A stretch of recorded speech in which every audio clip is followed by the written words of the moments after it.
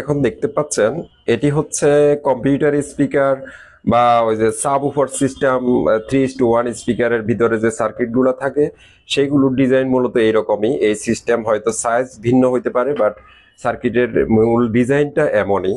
এখানে ধরেন এই যে ছোট যে আইসিটা দেখতে পাচ্ছেন এটি হচ্ছে সাবউফারের, যেখানে ড্রামের আওয়াজটা আমরা শুনতে পাই। আর এখানে টিডিএ 2030 তিনটা আইসি ব্যবহার করা হয়েছে তিনটা স্পিকারের জন্য, অর্থাৎ দুইটা হচ্ছে স্যাটেলাইট স্পিকার আর একটা হচ্ছে ইন্টারনালি যে সাবউফার স্পিকার থাকে সেটার ক্ষেত্রে এটা ইউজ হয়।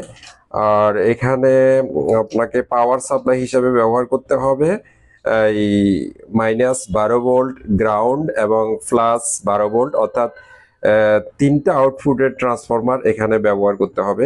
এখানে সাউন্ড আউটপুটের জন্য এটা হচ্ছে স্যাটেলাইট স্পিকারের জন্য দুইটা আউটপুট, আর এখানে অডিও ইনপুটের জন্য এই দুইটা ইনপুট দেওয়া হয়েছে। আর আপনি চাইলে এগুলোর মধ্যে একটা ইউএসবি সরি ওই যে এই স্পিকার গুলাতে আপনি চাইলে এই ধরনের একটা মডিউল ইউজ করে ব্লুটুথ সিস্টেম করে নিতে পারেন।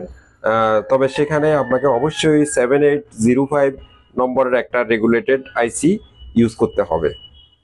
আর এখানে আসি আমরা, তারপর এখানে তেমন আর কোনো ঝামেলা নেই, এখানে সব সিম্পল। এখানে সাথে এই তিনটি কন্ট্রোলিং নব দেওয়া কন্ট্রোলার দেওয়া আছে। একটি হচ্ছে বেস কন্ট্রোলার, আর একটা হচ্ছে অডিও কন্ট্রোলার, সাউন্ড কন্ট্রোলার মানে ভলিউম কন্ট্রোলার, আর একটা সাউন্ডকে ট্রাভেল করার কন্ট্রোলার। আর হচ্ছে এখানে, আর এটা হচ্ছে আমরা দেখি এটা কোন দেশের তৈরি।